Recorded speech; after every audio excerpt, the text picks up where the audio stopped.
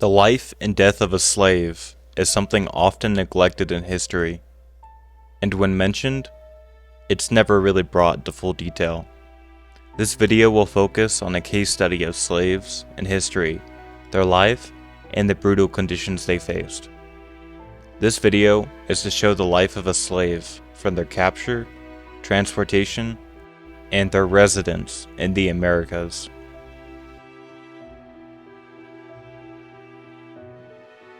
This is a story based on financial records, written first-hand accounts, and historical modern-day research. This is the story of a fictional slave, though occurring on a real ship. And this is the account of his journey. This story is made as accurate as possible.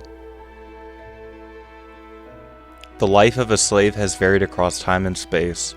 In some cases, slaves rose in their society, reaching the ranks of kings, nobles, and the military elite, while in other societies, they were treated as animals, no better than insects. During this time of the 1600s, the nature of slavery was ambiguous and not entirely solidified along racial lines, as it was in the 1800s. Irishmen were enslaved throughout Ireland, forced to work for the English masters.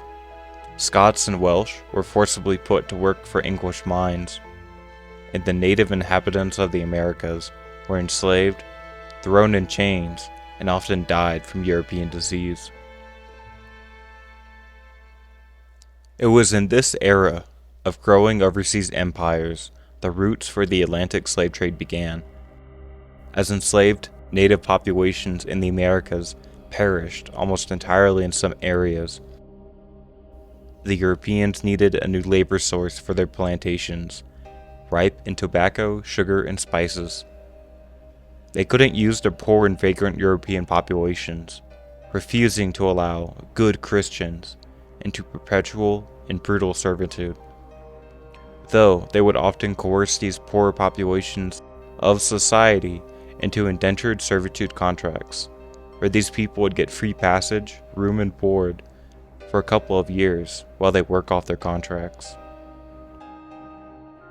This type of contractual agreement was most popular during the 1600s, though these contract workers often faced many similar trials to slaves, being exposed to exploitation, forced labor, rape, abuse, and poor living conditions. This is a case of Ogibaw Ohono, a slave taken from the current coast of modern-day Ghana, and this is his story. In the summer of 1671, as the swirling seas of the Atlantic roll over the hull of the Heinretta Marie, a French slave ship. On November 2nd, 1671, the French ship Heinretta Marie takes harbor off the coast of Fort St. George Domini, ready to take on its cargo. On the docks awaits a young man, Ogibaw Ohono, a man from the upper reaches of the Volta River.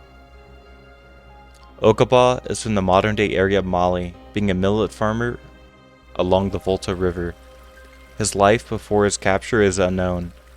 However, he was taken captive by a rival clan and forcibly marched with many others towards the African coast, bound in ropes and led by armed warriors. He would have suffered many hardships along his way, likely thinking of the family, the children, and the tribe he was forced to abandon with each step.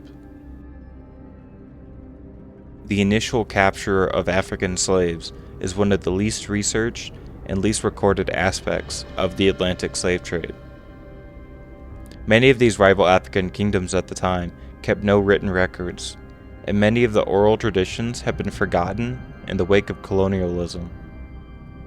It is no doubt, though, that this journey for Ogibaw would have been horrendous, forced to march almost 800 miles, likely being passed from merchant to merchant. As each group walked their certain distance and traded off their enslaved cargo to another, during this march they would have been fed little, beaten, humiliated, and many would have been raped during these marches.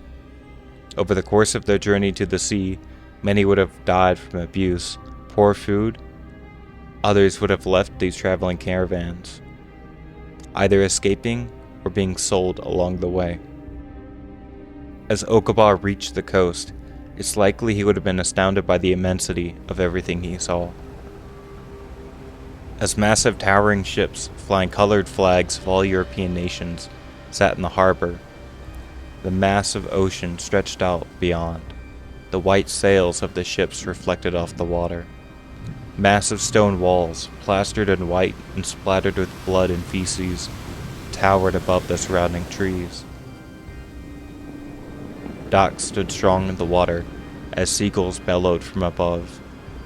While people and their goods from all nations of the region traded together, spoke various languages, and marched their human cargo towards their uncertain fate. This would have all been new to Ogibaw. Coming from the Sahel region of Africa, he had never seen the coast, the ocean, seagulls, or these massive European ships before. He would have also been new to this European form of slavery.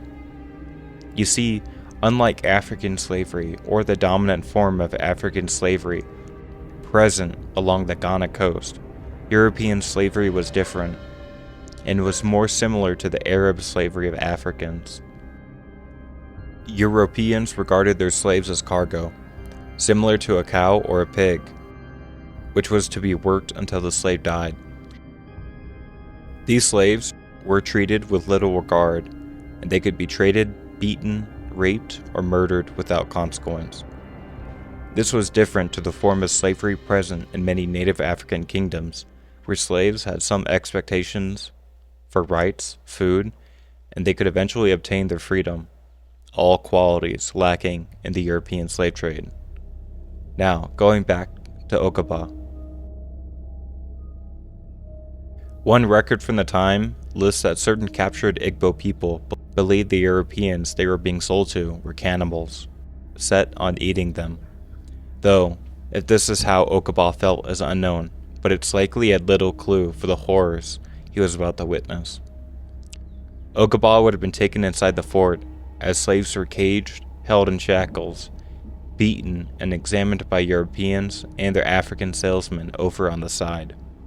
He would be set in iron shackles and led towards an open market area where merchants were waiting.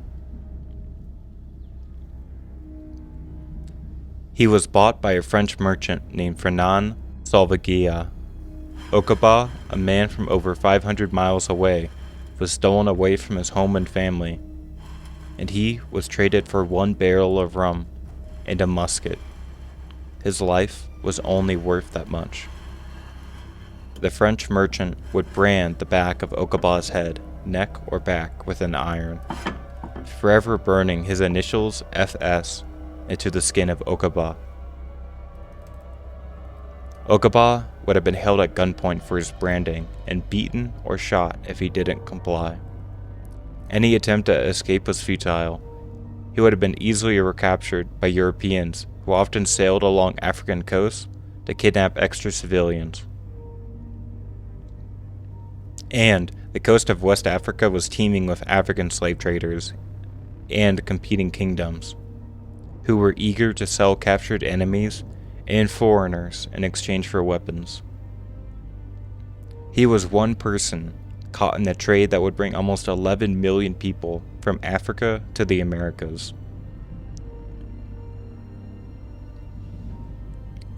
He would have been stored in the hull of the ship Heinretta Marie, and it would have anguished in its hold for months, as the European captain sought to efficiently capitalize on their voyage, only waiting to leave until their ship was nearly or entirely full of slaves.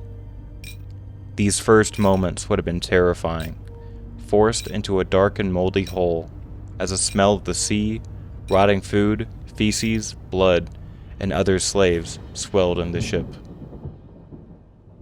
He would have been placed on a wooden board, chained by the legs, and with only enough room to move his arms and legs a few inches. He would have been laid side by side with 90 to 100 other people.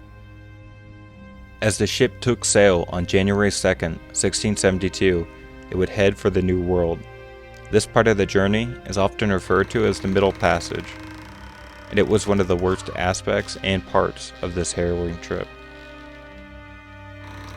Locked into a small ship, sometimes unable to leave their small holds for days due to constant rain or fierce Atlantic storms, it would have been dimly lit, cold, and putrid, as the slaves laid in their own feces, urine, and sweat.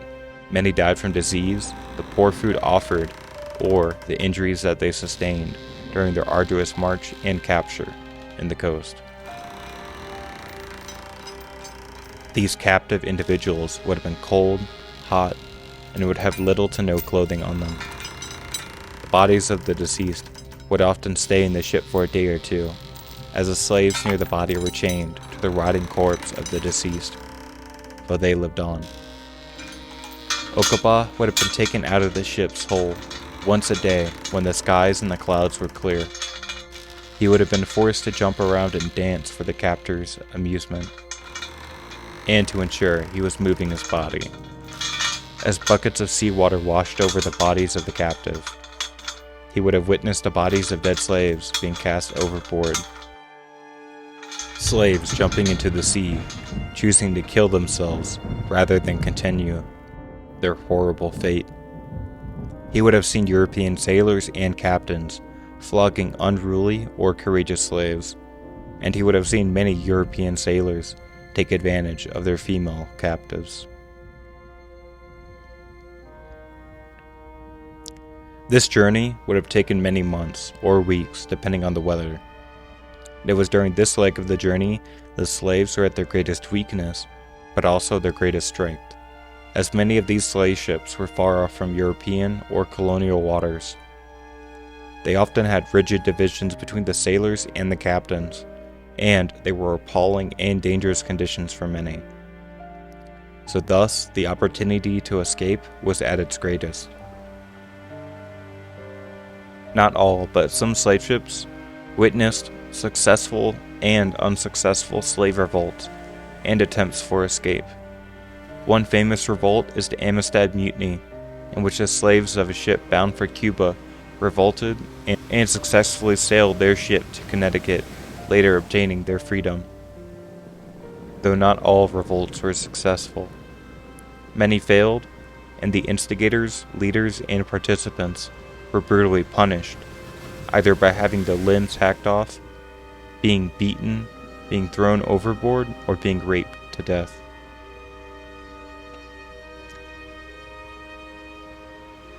When the ship finally reached its destination of Martinique on March 2nd, 1672, it was taken to Fort St. Pierre.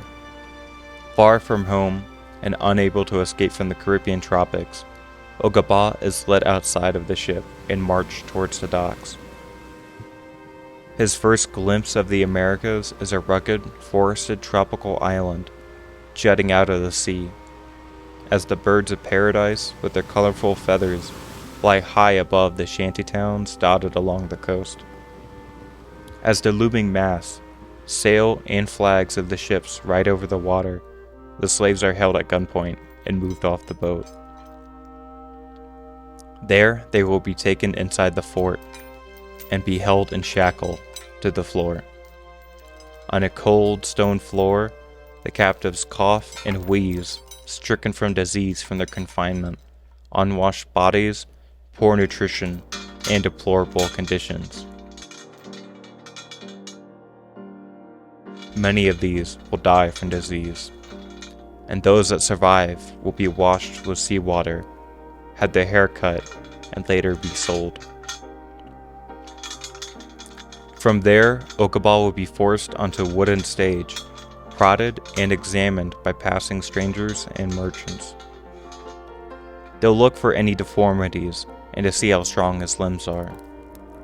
Ogibaw will be led in shackles along several other slaves and be forced to flex his body and muscles with nothing to cover his body. Ogibaw will be bought by Mr. Pierre Belon for 200 livres, or about $200 to $300.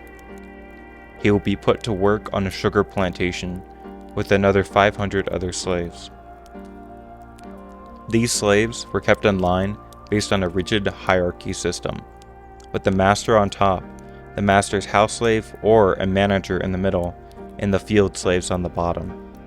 The house slave or the manager would often act in the interest of the master and would enforce the master's rules and ensure production is efficient. This man would in exchange get benefits for cooperating and participating in the slave hierarchy, either in better food, more free time, or having to perform less manual labor. This manager would beat, harass, and intimidate slaves into focusing on production and keeping their masters happy. When a slave did not keep up production, they failed to meet quotas, or they slacked off, or they attempted to rebel or escape. Either their noses, ears would be cut out, their genitals would be mutilated, or they would just be outright killed.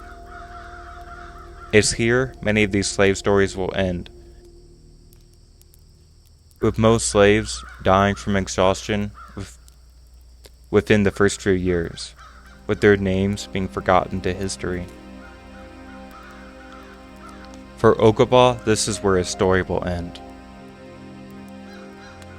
He will end up being severely burned due to a pot of boiling sugar that fell over, and he will be beaten to death for knocking over the pot. Though for as harrowing as this is, the beaten, the tortured, and the kidnapped slaves had ways to make their new islands and plantations their home, and they would have ways of fighting back or obtaining a minor degree of freedom. These communities of slaves often came from neighboring regions or even the same kingdom, so they might have spoken the same language or had identical or similar beliefs. In addition to this, many slaves founded their own communities and began their own cultures to deal with these harsh circumstances. Other slaves ran away and created their own distinct societies or polities, either in the Amazon jungle, the swamps of North America, or in the highlands of the Caribbean. While this is just the life of one slave, many other slaves unfortunately had the very similar or exact same life as Ogibaw had. I can't explain the entirety of slavery and how differently it came across various continents because it differed across time and place, but I can give one example of what one person's life was like. Thank you for watching.